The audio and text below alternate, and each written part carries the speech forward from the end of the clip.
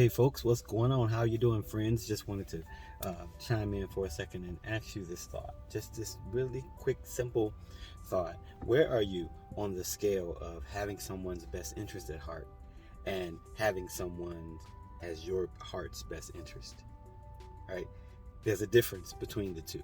Not that either is inherently bad, but I think we have to move ourselves to this place, especially in this realm of our society where everything is marketing for and banking on our selfishness, banking on us choosing self versus us choosing us.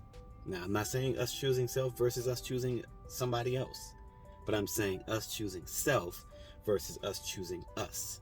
All right, which is an inclusive statement. And most of you all know that most of the things that I talk about, generally, it is more so from an inclusive standpoint. Even when I'm speaking about love, the ideas of self-love and this, that, and the other.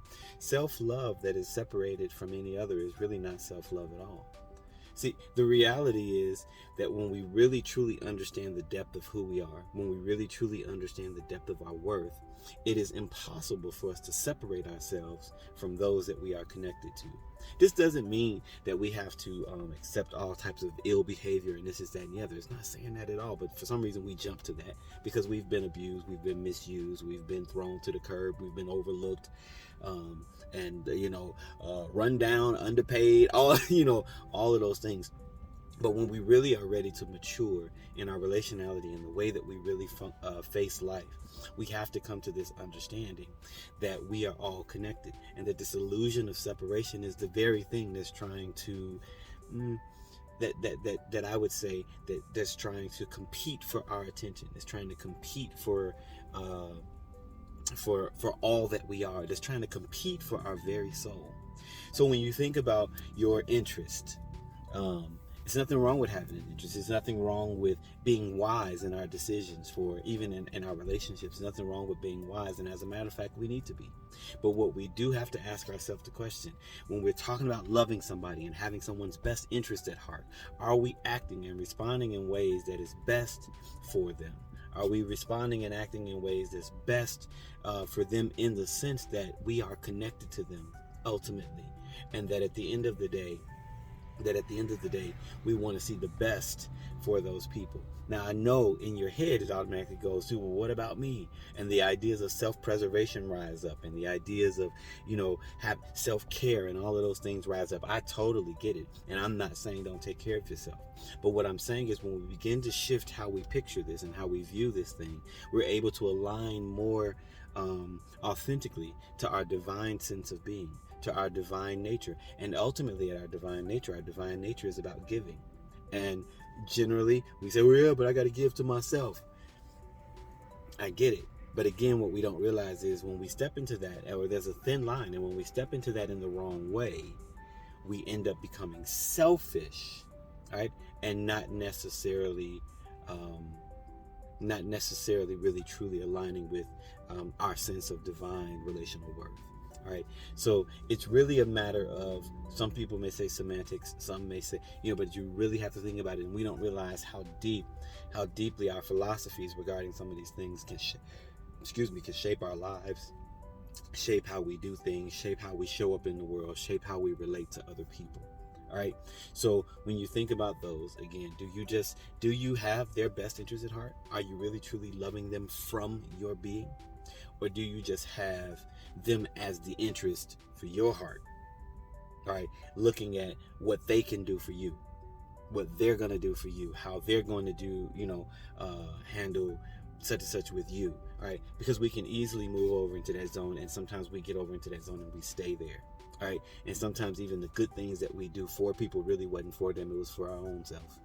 It was for us. And again, I'm not saying that any of these things is ultimately bad, but we have to have more of an inclusive idea of this and get rid of this illusion of separation. We don't want to manipulate people and any of those things just to get our own sense of needs met. And I think sometimes we have to go to the table and ask that question: what do I really need? Are we really honest about our needs? I'm not talking about just the personality things and things that we want, and our greed and what we think is going to give us the best life. Not necessarily just talking about those things, but what do we really need? And I think that what we really need, in order to really truly understand that, I always say we had to go back to the garden. And what I mean by going back to the garden, I mean by going back to the place of nature, going back to how we were created, going back to how we are designed, going back to the very essence of our being, not to how the world has shaped us in terms of personalities and programming and this is that and the other and what we feel we gotta have or we're just gonna die, but going back to what does the soul truly need? Where are we really at on the soul level? And at our soul level, we are relational beings. We are relational, we're social, we're all of those things. We're relational beings. This is who we are. This is exactly who we are at the very core. And if we don't go to that space and look at that simple divinity, look at that simple, yet complex, but look at that simple divinity, we will miss the ability to really truly be honest about what we need. And here's something that we really need that we are not always so comfortable or programmed to say. I need you. I need you. I need you to be you. You see, at the end of the day, the body is made up of many parts, right? The finger really gets its meaning from being attached to the rest of the hand. Detach it and see what happens. Detach it and see how purposeful it is. All right, and I really hope you all are hearing this. These things never come out the way you want them to come out, but I really hope you are hearing this on a heart level and on a soul level. But we really need to save our relationships. And I'm talking about global. I'm not going right now into details of what may be going on and what may be wise for you to have to do in your situations. But overall, we need to save our relationships. A lot of our life is set up relationship negative. All right, where we're one eye open and we don't really trust each other. And we need to rescue this.